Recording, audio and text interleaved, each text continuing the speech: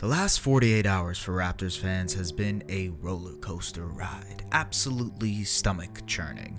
It's not every day that you lose two handsome Spanish big men and live to see another day. And while I'm somber that we won't be able to see our championship centers play for the Raptors anymore, there's a new guy in town. A 6'10", 260-pound machine with a long beard. No, not Blake Murphy, but Aron Baynes. Or a few mid-range. A little bit stronger. Now they have to make the right word because the players will judge him on that. But still, it's great. Right off the bat, Baynes striking from deep. Both these teams have got him off to 5-2 start. And so many question marks, right? Baynes rolls to the rack and hammers it home. And as we take a look at that. Pass here to Ruby. For the rebound, Phoenix is not a good offensive rebounding team, so that's one of the other reasons I'm kind of comfortable with this lineup. Hello everyone, it seemed like all hope was lost when Marc Gasol and Serge Ibaka decided to move to Los Angeles in the past 48 hours, but we have new hope now. New hope in the starting center spot. I don't have to play for them anymore. This guy can. His name is Aron Baynes. I don't know how to do the Australian accent. That's fine. We don't need to, okay? But regardless, listen, if you don't know much about Aron Baynes, I got you. Let me break it down to you. Offensively, I've got a perfect nickname for him. Baby Gasol.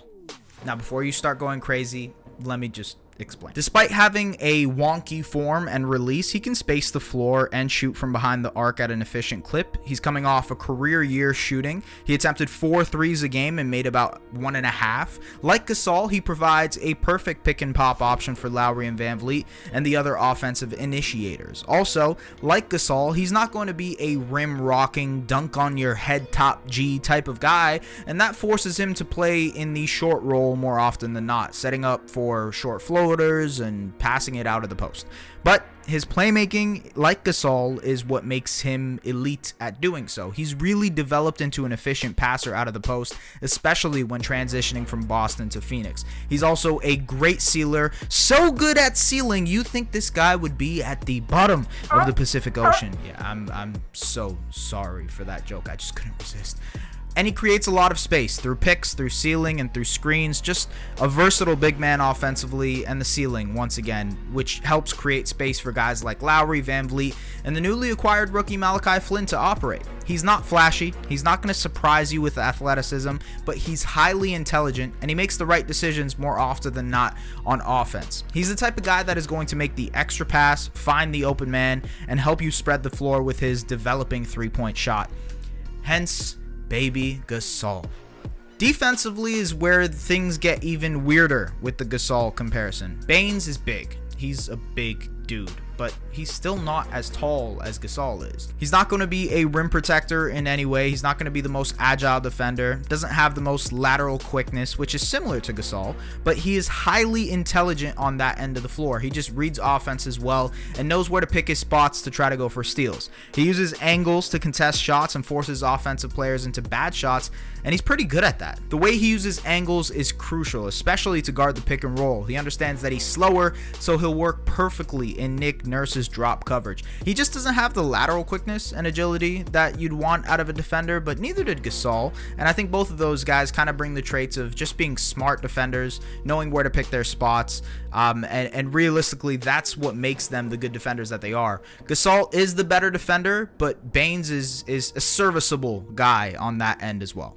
Sorry, we'll just pause the video here because I feel like in the defensive side, I wasn't giving Mark enough credit. After watching back the video, I was like, you know what?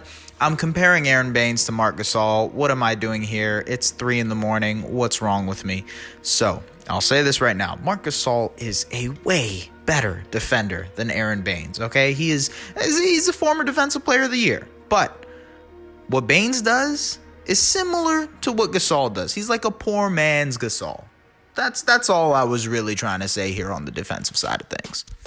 Look, there's still a lot of work to do. A lot of work to do. He's only played 42 games last season, and he's been injured for the past 2 seasons. He's turning 34 years old next month, so there are some things to worry about. But at the same time, he's serviceable. He's better than any of the other options that we had out there. and realistically, it's all we got. So let me know what you guys think. Should we sign him or should we not? By the way, he's a former Celtic, so this just spicens up the rivalry a little bit more. So let me know, good signing or not.